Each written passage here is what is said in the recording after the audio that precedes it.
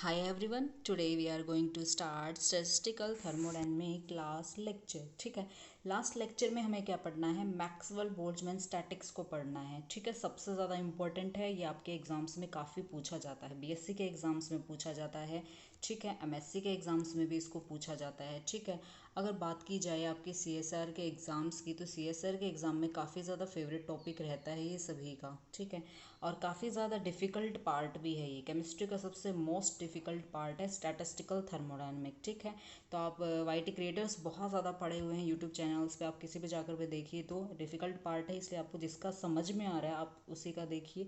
ये नहीं बोल रही हूँ कि मेरा ही देखिए, आपको जिसका समझ में आता है आप उसका देखिए जाकर। ठीक है, लेकिन इसको समझना बहुत ज़्यादा ज़रूरी है, क्योंकि बहुत ही ज़्यादा मतलब ऐसा कॉम्प्लिकेटेड सा पार्ट है, इसमें दो चीज़ें मिक्स हुई हैं, क्वांटम भी है इसके अंदर। ठीक है, थर्मोडायनेमिक भी है।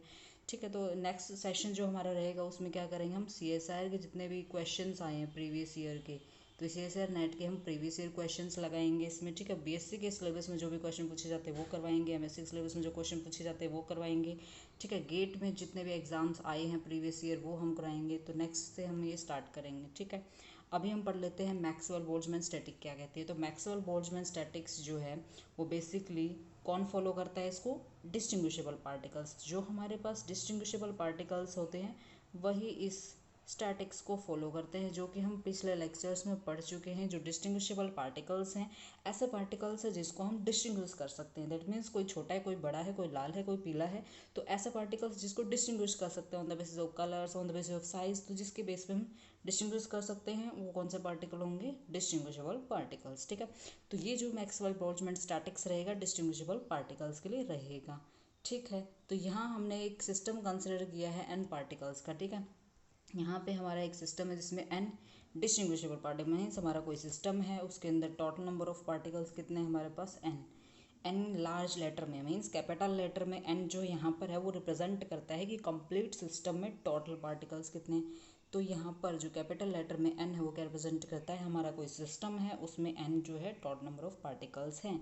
तो एन जो हमारा सिस्टम है वो कैसा सिस्टम है, हमारा मैक्रो सिस्टम है। ठीक है, मैं यहाँ मेंशन कर रही हूँ, एक एक लाइन बहुत ज़्यादा इंपॉर्टेंट है। ये जो बेसिकली मैंने ये डेरिवेशन लिया दैट इज़ फ्रॉम द पुल शर्मा पठानिया। ठीक है, काफ़ी स्टैंडर्ड बुक है, आपको फॉलो करनी चाहिए अगर फिजिकल केमिस्ट्री आपको अच्छे से पढ़नी है। ठीक है, तो मैक्रो सिस्टम हो गया हमारा, ये मैक्रो सिस्टम हो गया। इसके अंदर क्या है, छोटे छोटे माइक्रो स्टेट्स प्रेजेंट होंगे। क्या होंगे इसके अंदर, छोटे छोटे माइक्रो स्टेट्स होंगे। तो उन माइक्रो स्टेट्स में फिर पार्टिकल्स कैसे अरेंज होते हैं, उसके अंदर हम क्या निकालते थे, W that is thermodynamic probability हम निकालते थे। पार्टिकल्स की अरेंजमेंट को क्या बोलते हैं, थर्मोडायनेमिक प्रोबेबिलिटी। ठीक है, तो ये हमारा लार्ज सिस्टम हो गया, मैक्रो सिस्टम हो गया। इस मैक्रो सिस्टम के अंदर क्या होती है, छोटी छोटी माइक्रो सिस्टम हमारे पास होती है। इसके अंदर क्या होती है हमारे पास, माइक्रो सिस्टम, मतलब जो छोटे सिस्टम है इसके अंदर वो क्या हो जाएंगे माइक्रो, जो लार्ज हैं वो क्या हो जाएंगे हमारे पास मैक्रो सिस्टम हो जाएंगे। ठीक है, तो ये चीज़ क्लियर हो गई हमारे यहाँ पे। तो यहाँ पर देखो नेक्स्ट पॉइंट हम पढ़ते हैं। ठीक है, अब देखो ध्यान से, नेक्स्ट पॉइंट ये पढ़ते हैं हम, move to the next point. ये बोला है कि जो हमारा मैक्रो सिस्टम हमारे पास है उसके अंदर क्या होंगे, एनर्जी लेवल्स होंगे। ठीक है, उसके अंदर क्या है, एनर्जी लेवल्स हैं, ऐसे एनर्जी लेवल्स होंगे। ये हमारे पास ई नोट एनर्जी लेवल हो जाएगा, ये हमारा ई वन एनर्जी हो जाएगा, हमारे पास ई टू एनर्जी लेवल हो जाएगा। तो ये हमारे एनर्जी लेवल है किसके अंदर, मैक्रो सिस्टम के अंदर। ये हमारा क्या था, मैक्रो सिस्टम, जो भी हमने पढ़ाया था कि ये था हमारा मैक्रो सिस्टम। तो मैक्रो सिस्टम के अंदर क्या है, एनर्जी लेवल्स, इसके कॉरस्पॉन्डिंग हमारे नंबर ऑफ पार्टिकल्स भी हमने अरेंज कर रखे हैं, n nought, n one, n two, n three, इस तरह से हमने नंबर ऑफ पार्टिकल्स को अरेंज कर सकते हैं। एन नोट हमारा ई नोट में रहेगा, फिर एन वन रहेगा ई वन में, और एन टू पार्टिकल्स किस में रहेंगे, ई टू में रहेंगे। ठीक है, ये डिस्क्राइब कर दिया जो आपके यहाँ मेंशन है लाइंस में। फिर भी हम इन लाइंस को डिस्कस कर लेते हैं। लाइंस क्या बोल रही हैं कि क्या बोला है कि अनडिस्टिंग्विशेबल पार्टिकल्स हमारे पास हैं, डिस्टिंग्विशेबल पार्टिकल मैक्रो सिस्टम के अंदर हैं, उसमें एनर्जी लेवल्स हैं E naught, E one, E two, ये हमारे पास एनर्जी लेवल्स है। उसके कॉरस्पॉन्डिंग क्या है, हमारे पास पार्टिकल्स भी हैं। टोटल नंबर ऑफ अरेंजमेंट्स हमें निकालनी होती हैं यहाँ पर, उसके लिए एन नॉट पार्टिकल्स हमारे पास हैं जो किस में प्रेजेंट है, ई नॉट एनर्जी लेवल में प्रेजेंट है। देखो इसको हम अभी क्लियर कर देते हैं, यहाँ मेंशन है देखो, एन नॉट पार्टिकल कहाँ प्रेजेंट है हमारे ई नॉट एनर्जी लेवल में, और एन वन पार्टिकल कहाँ प्रेजेंट है, ई वन में, और ई टू पार्टिकल क्या है, सेकेंड एक्साइटेड स्टेट में प्रेजेंट होते हैं। ठीक है, तो इस तरह से आ जाएगी हमारी ये। तो यहाँ पर ये बोल रहा है कि हमें क्या निकालनी है, थर्मोडायनेमिक प्रोबेबिलिटी फाइंड आउट करनी है, that is W find out करनी है, थर्मोडायनेमिक प्रोबेबिलिटी।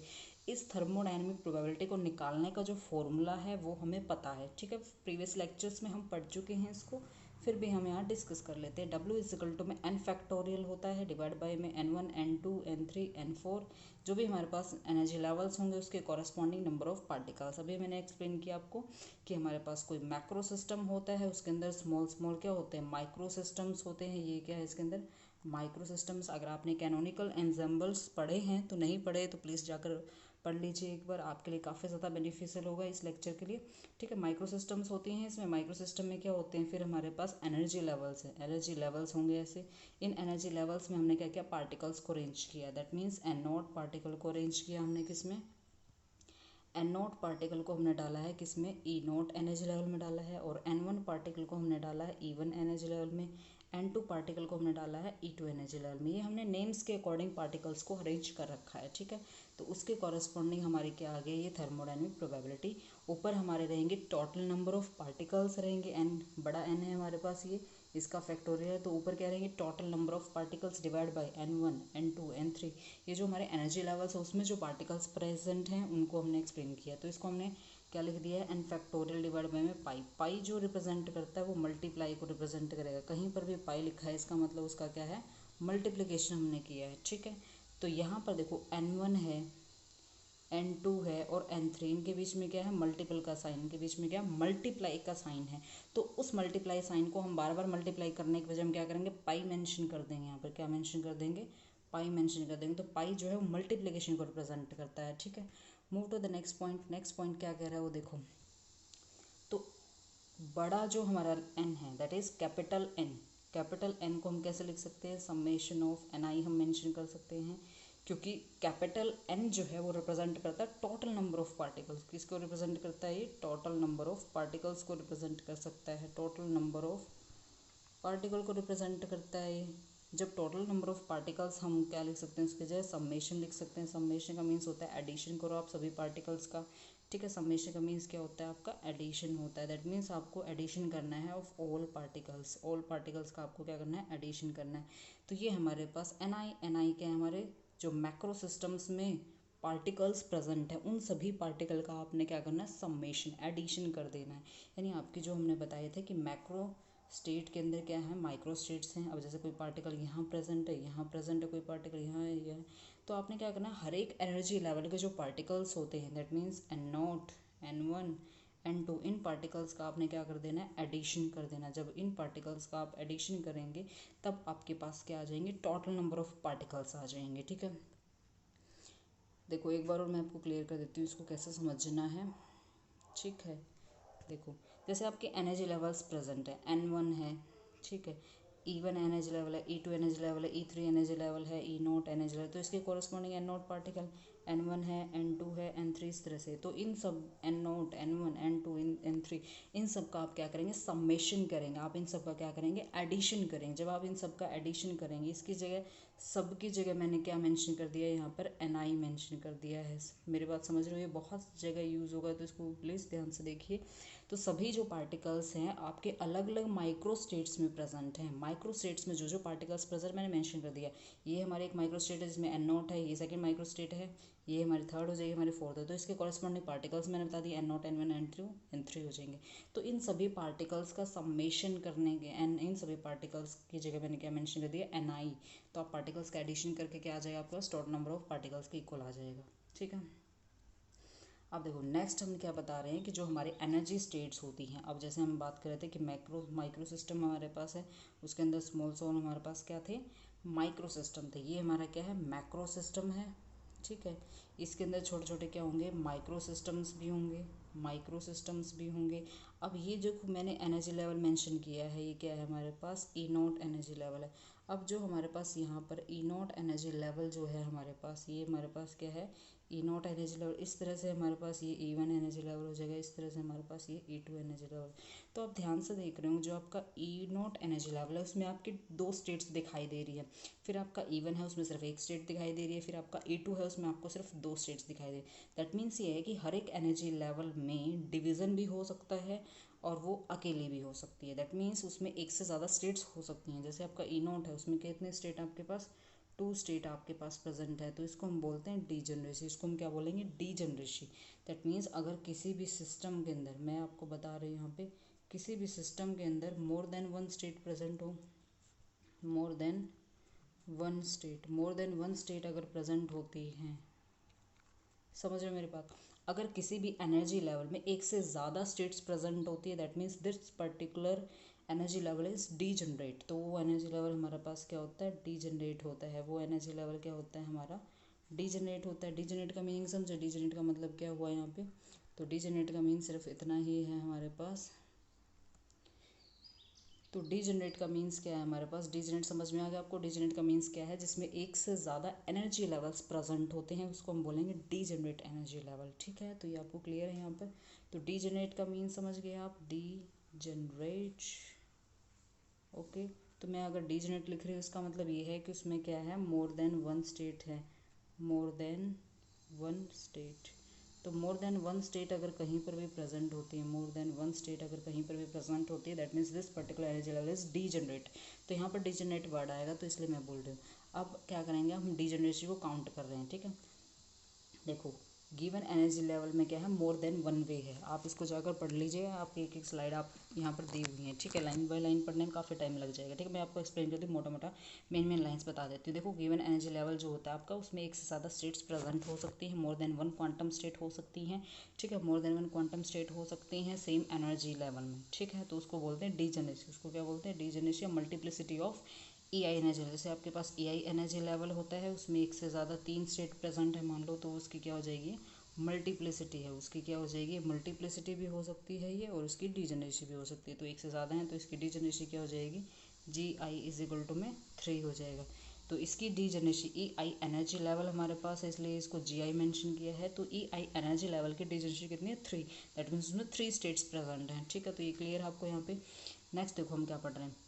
अब हमें थर्मोडायनेमिक प्रोबेबिलिटी निकालनी है। ठीक है, अब हमें जी को काउंट करना पड़ेगा क्योंकि जी जो है वो डीजनरेसी को एक्सप्लेन कर रहा है। तो जी के जब हम काउंट करें तो फॉर्मूला हमारा ये बन जाएगा, n total number of particles हो जाएंगे, एन कैपिटल में है, फैक्टोरियल है हमारे पास। ठीक है, फिर पाई आई हमने मेंशन किया, पाई मैंने बताया था कि मल्टीप्लिकेशन को रिप्रेजेंट करता है। ठीक है, जी आई है, जी आई रेज टू पावर एन आई आपके पास हो जाएगा, डिवाइड बाय में एन आई आपके पास हो जाएगा, फैक्टोरियल हो जाएगा।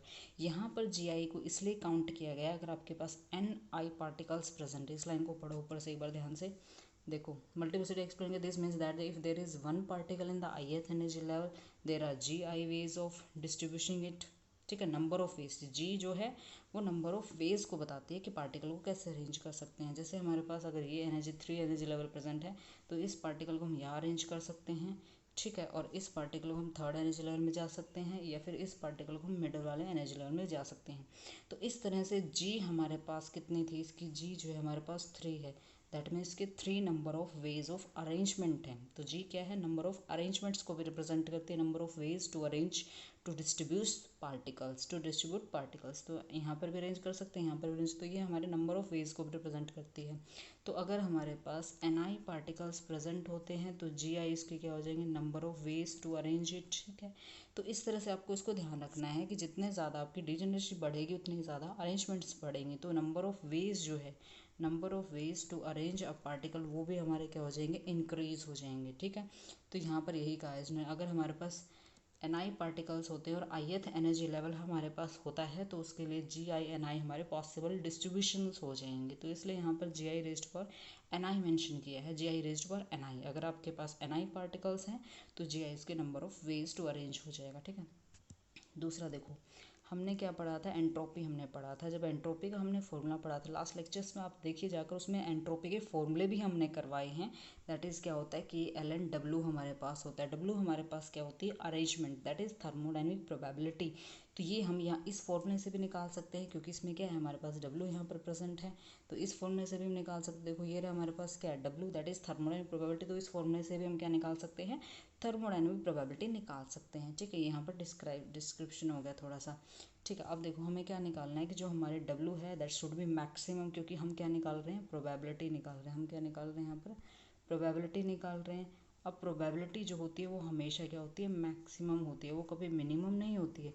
हम हमेशा जब भी पढ़ते हैं हम ये बताते हैं कि यहाँ पर मैक्सिमम पॉसिबिलिटी है किसी भी चीज़ की होने की। जैसे हम बोलते हैं इलेक्ट्रॉन यहाँ पर प्रेजेंट है, इसकी 100% प्रोबेबिलिटी है यहाँ पर प्रेजेंट होने, तो वो क्या होती है, एक मैक्सिमम प्रोबेबिलिटी होती है। हम अप्रोक्सीमेशन जो बताते हैं वो हमेशा मैक्सिमम बताते हैं, मिनिमम नहीं बताते, इसलिए प्रोबेबिलिटी को हमें मैक्सिमाइज करना है, ठीक है। तो इसलिए इन्होंने प्रोबेबिलिटी को क्या किया, मैक्सिमम लिया है यहाँ पर, ठीक है। अब प्रोबेबिलिटी का जब भी हम मैक्सिमम करते हैं फिर हमें उसका डेरिवेटिव लेना है, ठीक है। वी आर दस interested in finding a distribution that will make W A maximum, ठीक है। तो डब्ल्यू को हमें मैक्सिमाइज करना बाय कन्वेंशन, ठीक है।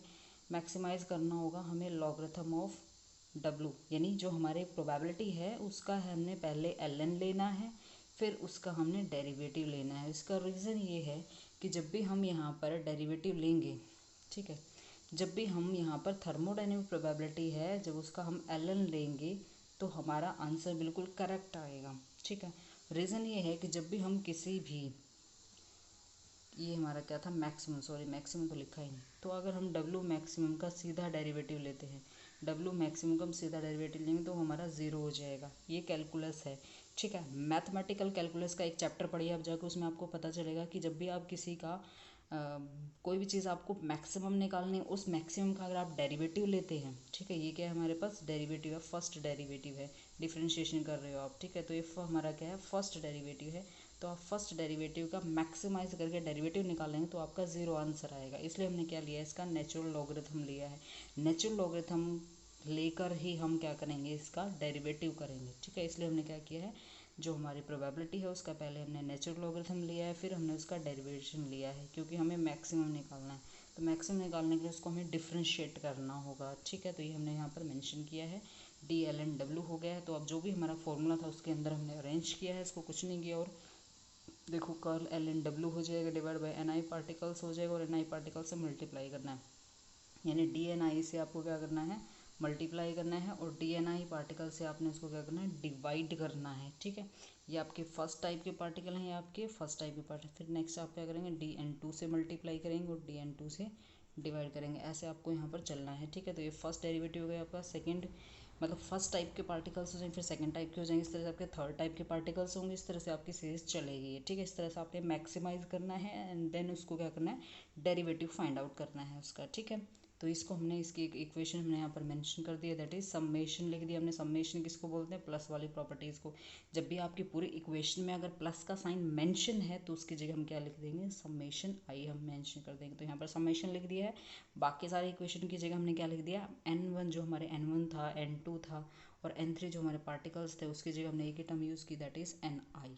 NI जो है वो ith एनर्जी लेवल्स हैं, ith उसमें पार्टिकल्स प्रेजेंट, ith का मीन्स यहाँ पे क्या है, सारे particles, N1 N2 N3 N4 जितने भी पार्टिकल्स हैं उसमें सारे पार्टिकल्स की बात कर रहा है, ठीक है। तो ये हमारा क्लियर हो गया यहाँ पे। तो यहाँ पे इस क्वेश्चन को मेंशन कर दिया, दैट इज ये आ गई हमारे पास समेशन आई, DLN W हो गया, DNI पार्टिकल से डिवाइड कर दिया, DNI से मल्टीप्लाई कर दिया, क्योंकि सभी पार्टिकल्स को रिप्रेजेंट करता है, ठीक है, ओके।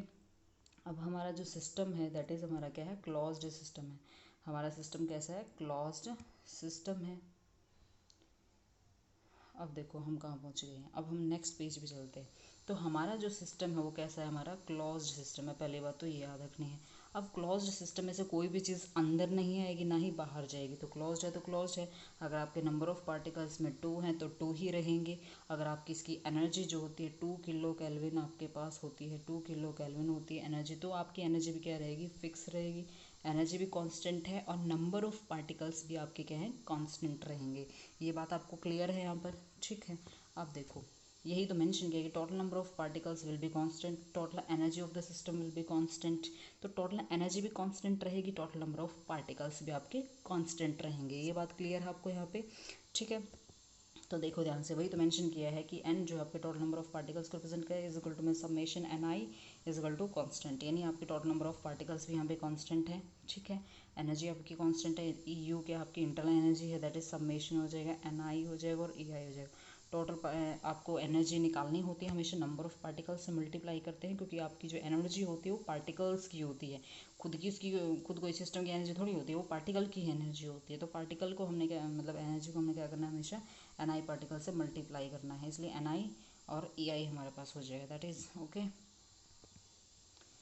देन कॉन्स्टेंसी कैसे रिप्रेजेंट करता है, constancy of the total number of particles implies that का मतलब ये है कि DN दी एंड क्या है मतलब change in total number of particles is equal to में summation D N I is equal to 0। That means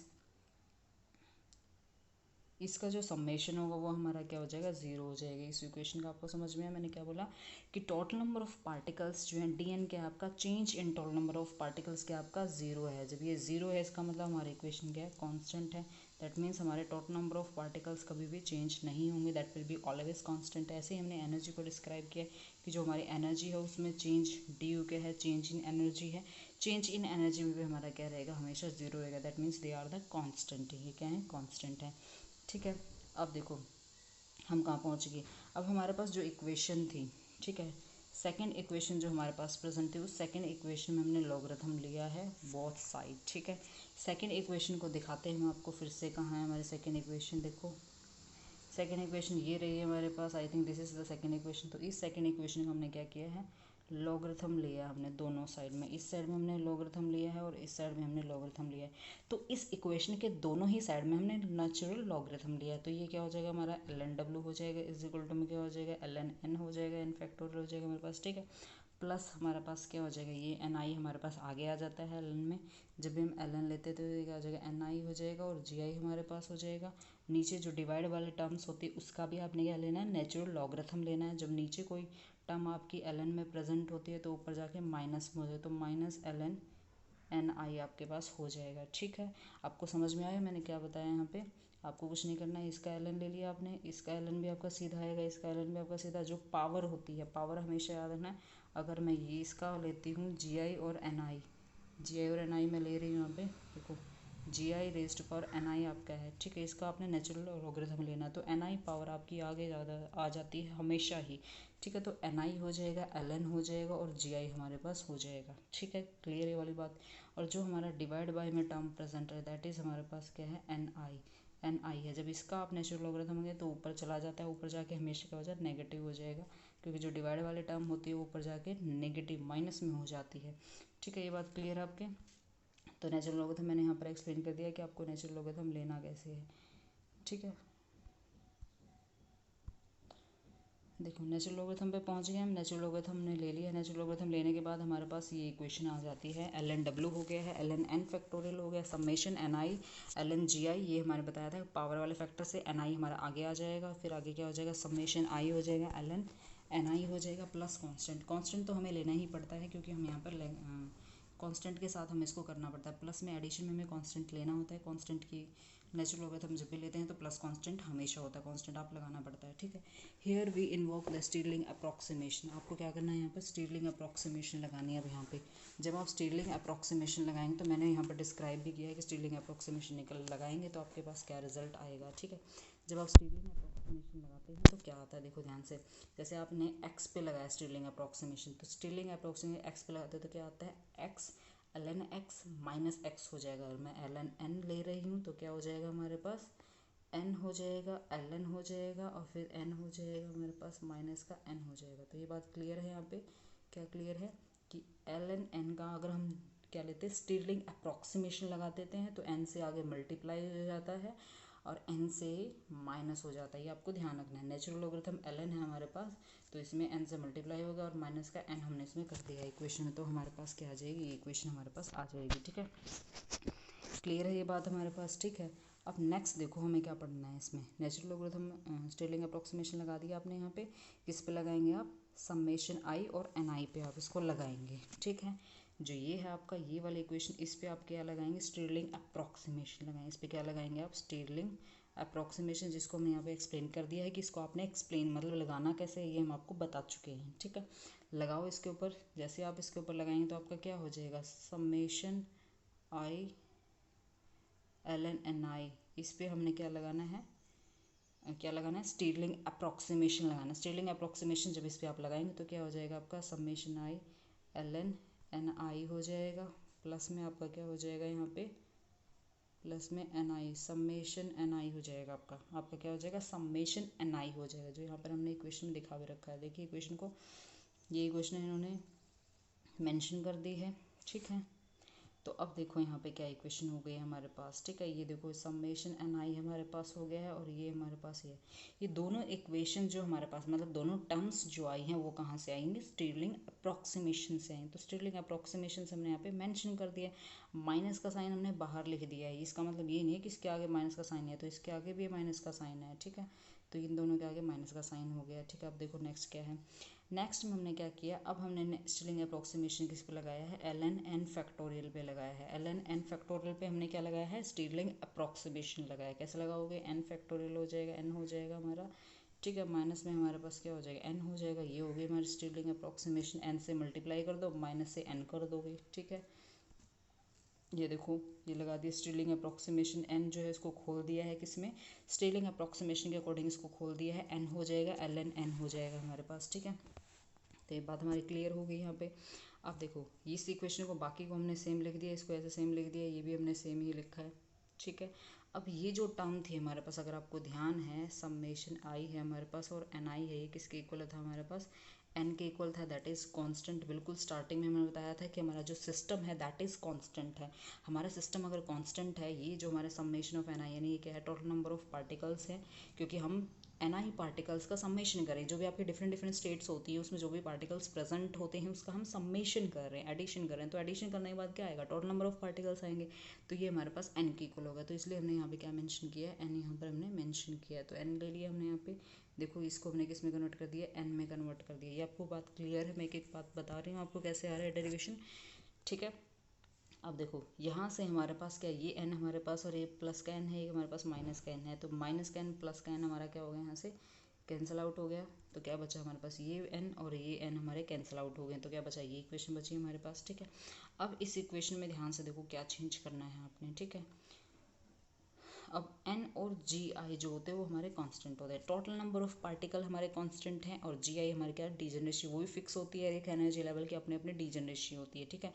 तो एन भी फिक्स हो गया हमारा, जी आई भी फिक्स हो गया हमारे पास। तो एन आई और जी आई हमारे दोनों ही क्या हो गए यहाँ पर, फिक्स हो गए हैं। जब एन आई और जी आई हमारे दोनों ही फिक्स हो जाएंगे तो हमारे पास क्या बचेगा, देखो तो यहाँ से जितने भी एन की इक्वेशन बचेगी, एन की इक्वेशन है ये हमारे पास, और ये हमारे पास क्या है, जी की इक्वेशन है, ये हमारे पास रिमेन कांस्टेंट रहेंगे।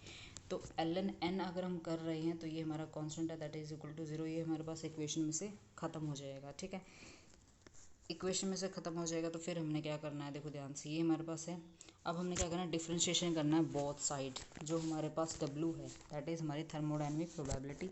तो थर्मोडाइनमिक प्रोबेबिलिटी का हमने क्या करना है, देखो ध्यान से क्या कर रहे हैं, डिफ्रेंशिएट करना है हमें, ठीक है।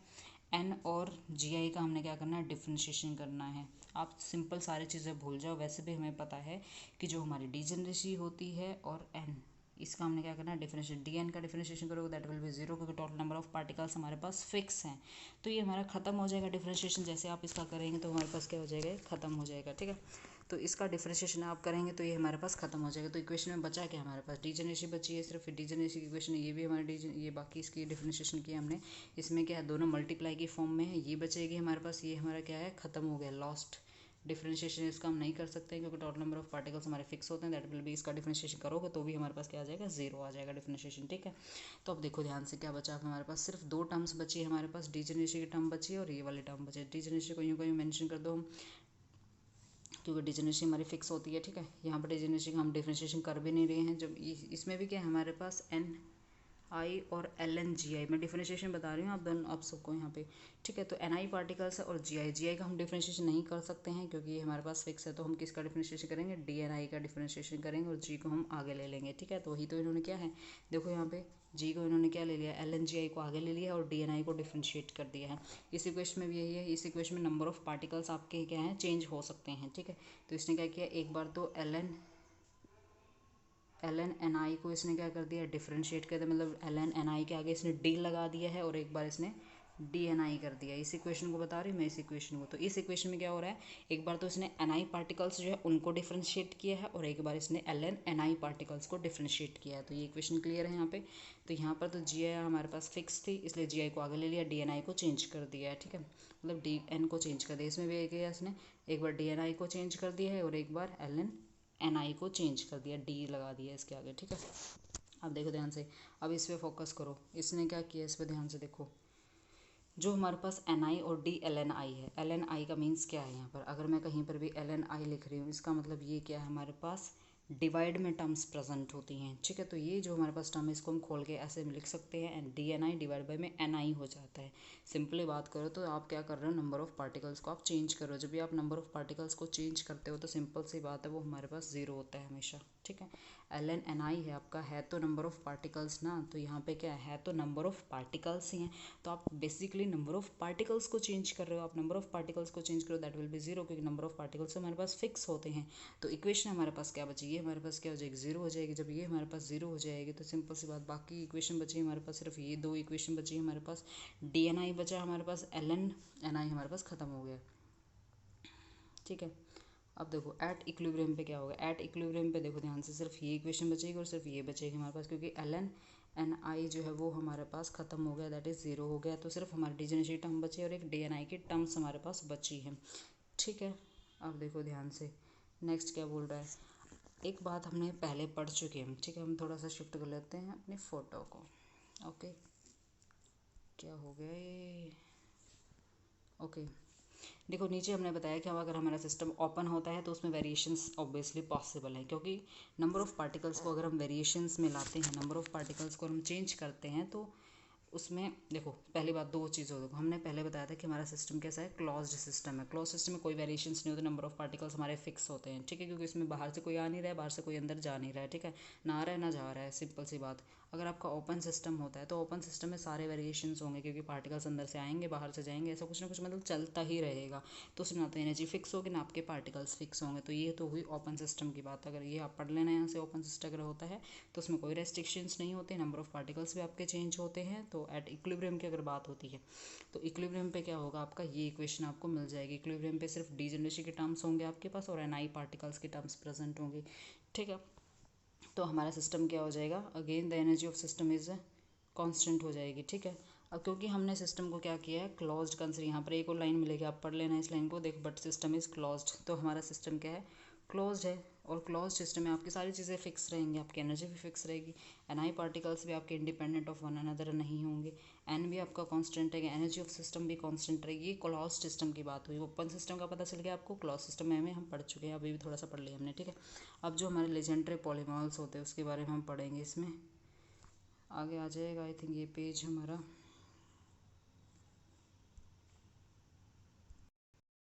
Here we have two system हमने पढ़ चुके हैं, ओपन सिस्टम हम पढ़ चुके हैं और क्लोज सिस्टम भी हम यहाँ पर पढ़ चुके हैं, ठीक है। तो ओपन सिस्टम हमें क्या पढ़ना था वो हम क्लियर कर लगाना है, ठीक है। 15th इक्वेशन में चेंजेस करेंगे, जितने भी चेंजेस करने लेजेंडरी अनडिटरमाइंड मल्टीप्लायर होता है, कुछ भी नहीं है, अल्फा और बीटा टर्म्स है आपके पास, ठीक है। एक इक्वेशन को आपने अल्फा से मल्टीप्लाई करना है, एक इक्वेशन को आपने बीटा से मल्टीप्लाई करना है, और कुछ खास नहीं करना है आपने इसमें, ठीक है। ये आपको बात क्लियर हो गई है, ठीक है। तो ये जो आपकी इक्वेशन है, ठीक है, री राइट कर दिया इन्होंने, एल एन है, जी आई है, डिवाइड बाय में एन आई है, इज इक्वल टू जीरो, ये इन्होंने कहा है इज इक्वल टू जीरो आपके, क्योंकि एन आई पार्टिकल्स जो होते हैं वो आपके क्या हो गए थे, हमने पिछले अभी क्या है पिछले पिछले पेज में हमने क्या पढ़ा था कि जो एन आई पार्टिकल्स हैं उनमें चेंज जो है वो हमने बताया था कि दैट इज़ जीरो होता है। तो ये इक्वेशन हमारे जीरो हो गई है, बची क्या सिर्फ जी आई, यानी डी जनरेसी वाली इक्वेशन बचेगी, दैट इज़ ओनली, तो सिर्फ डी जनरेसी वाली इक्वेशन हमारे पास बची, दैट इज़ डी जनरेसी वाली इक्वेशन, ठीक है। अब देखो हमें क्या करना है, अभी कुछ नहीं करना है, जो हमारे 15th और पीछे जो इक्वेशन थे हमारे पास उसमें 8th और 9th इक्वेशन जो होती है उसको अल्फा, एक इक्वेशन को आपने 8th इक्वेशन को आपने अल्फा से मल्टीप्लाई करना है, और जो आपकी ये 8th इक्वेशन है और एक आपकी जो 9th इक्वेशन है उसको आपने बीटा से मल्टीप्लाई करना है, उसके बाद आपने दोनों को सब्ट्रैक्ट कर देना है, ठीक है। देखो ये रही हमारे पास 9th और 10th, आ जा किधर है तो 9th 10th इक्वेशन ये रही, ओके वी गेट दिस। तो यहाँ पर देखो 8th इक्वेशन हमारे पास, ये वाली 8th इक्वेशन आई थिंक, और ये वाली 9th इक्वेशन, इसको आपने अल्फा से मल्टीप्लाई करना है, इसको आपने बीटा से मल्टीप्लाई करना है, दोनों को सब्ट्रैक्ट करना है आपने, ठीक है।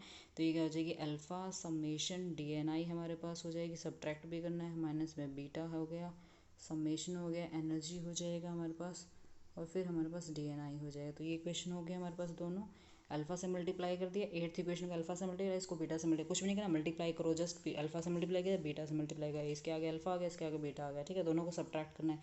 सब्ट्रैक्ट जब आप करेंगे तो सिंपल से एक इक्वेशन आपको दिखाई दे रही है कि डी एन आई दोनों में कॉमन है, डी एन आई को आप बाहर निकालेंगे, बाकी चीज़ों को आप ऐसे ही मैंशन कर देंगे, ठीक है। तो उसको हम वहाँ पर लगा देंगे, क्या है हमारी इक्वेशन, जी रही। तो इस इक्वेशन में हमने जस्ट राइट करना था, कौन सी इक्वेशन हमारे पास थी, ये इक्वेशन थी, इसमें से हमने क्या करना था, इसको सब्ट्रैक्ट करना था। ठीक है, 8th इक्वेशन को हमने क्या किया, अल्फा से मल्टीप्लाई किया, बी जो हमारा 9th इक्वेशन थी उसको हमने बीटा से मल्टीप्लाई कर दिया। फिर हमने इस इक्वेशन 15th जो कौन सी है 16th इक्वेशन जो इसमें से सब्ट्रैक्ट करना है, सब्ट्रैक्ट करेंगे तो माइनस अल्फा हो जाएगा, माइनस में बीटा ई आपके पास हो जाए, क्योंकि हमने बताया था कि जो हमारे एन पार्टिकल्स इसमें भी डी पार्टिकल हैं, और जो आपकी इक्वेशन आई थी उसमें भी डी पार्टिकल्स है। अगर ध्यान नहीं है तो मैं बता देती हूँ, ये इक्वेशन आई थी, अल्फ़ा थी आपके पास, ठीक है, क्या थी, डी थी, माइनस बीटा समेशन ई आई और डी थी।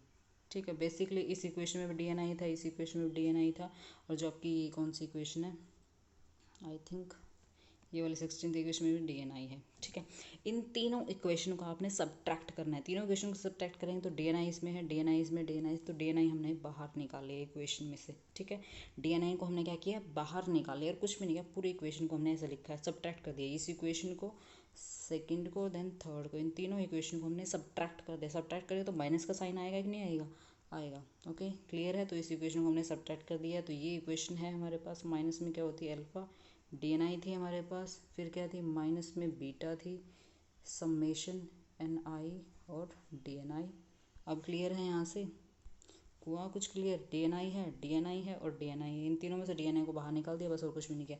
Move to the next page we have, दोनों को हमने सब्ट्रैक्ट कर दिया, अब हमारा कंप्लीट होने वाला है, just don't worry about it, we are completing it. Okay, देखो कलर चूज़ कर लेते हैं हम ब्लू वाला। वी कैन नाउ, हमने अल्फ़ा और बीटा टर्म्स का हमने यूज़ कर लिया है। ठीक है, अल्फ़ा बीटा टर्म्स का हम यूज़ कर चुके हैं, हमने इक्वेशन को लिख दिया, तो ये वाला हमारी इक्वेशन आ गई थी। ठीक है, अब इस इक्वेशन को करना क्या, आपने इस इक्वेशन को इक्वल टू ज़ीरो करना है, क्योंकि हमें सारी इक्वेशन किस में निकालनी है, उसमें निकालनी है, इक्विलिब्रियम टर्म्स में निकालनी है। तो ये हो जाएगा हमारे पास ln हो जाएगा, gi हो जाएगा, डिवाइड बाय हमारे पास ni हो जाएगा, दैट इज़ इक्वल टू हमारे पास क्या हो जाएगा, उस इक्वेशन के इक्वल हो जाएगा। तो इस इक्वेशन में हमारे पास बचा क्या है, ये वाली इक्वेशन बची हमारे पास, इज इक्वल टू ज़ीरो हो जाएगा। अब इसको आप यहाँ रखिए, उसको उधर जाइए, माइनस की टर्म्स हैं तो ज़ीरो को उधर ले जाइए, तो उसको प्लस की हो जाएंगे, सारी इक्वेशन कैसे हो जाएंगे, प्लस की इक्वेशन हो जाएंगे। तो ये इधर आके क्या हो जाएंगे, प्लस की इक्वेशन हो जाएगी, ये प्लस की इक्वेशन हो जाएंगी। फिर हम क्या करेंगे, जी अभी इन्वर्ट कर देंगे, इस इक्वेशन को हम क्या कर देंगे, इन्वर्ट कर देंगे, नीचे वाले ऊपर चले जाएंगे, ऊपर वाले नीचे आ जाएंगे। क्लियर है आपको, ठीक है। तो अब देखो ये वाला ln i बचेगा, gi जो था हमारे पास उधर ले गए हैं, उसको gi को इधर ले जाएंगे हम, ठीक है, माइनस में अल्फा बीटा। अब इसका जो ln होता है, ln जो जब हम दूसरे साइड भेजते हैं तो वो एक्सपोनेंशियल में कन्वर्ट हो जाता है, ये बात याद रखना हमेशा, ठीक है। ln जो है नेचुरल लॉगरिथम है, उसको अगर हम लेफ्ट से राइट में लेके जाते हैं तो वो एक्सपोनेंशियल में कन्वर्ट हो जाता है। तो यहाँ पर देखो ln ni है, यहाँ पर नेचुरल लॉगरिथम उधर ले गए तो यहाँ पे एक्सपोनेंशियल में कन्वर्ट हो गया आपका, ठीक है, डिजनरेसी उधर ले गए हैं, ठीक है। तो ये आपको बात क्लियर है, this is the derivation of your Maxwell Boltzmann distribution, ठीक है। तो ये आपका डेरिवेशन था मैक्सवेल बोल्ट्जमैन डिस्ट्रीब्यूशन में, नंबर ऑफ पार्टिकल्स हमने एन आई यहाँ पर फाइंड आउट कर दिए हैं, ठीक है। नेक्स्ट जो सेशन रहेगा उसमें हम थोड़े क्वेश्चन सॉल्व करेंगे, इससे रिलेटेड आपके यूट्यूब चैनल पे काफ़ी कम ऐसे चैनल्स हैं जिसपे स्टैटिस्टिकल थर्मोडायनामिक्स के बारे में कुछ ना कुछ छपा हुआ है, या कुछ भी मतलब वीडियो लेक्चर्स बनाए हुए हैं। काफ़ी डिफ़िकल्ट पार्ट है, आप इसको आराम से बिल्कुल शांति से पढ़िए, नहीं समझ में आया तो मुझसे पूछिए, मुझे कॉन्टैक्ट कीजिए, you can connected with me. So thank you so much, meet you in next lecture, we will do much more examples on it. Okay, thank you so much, bye bye.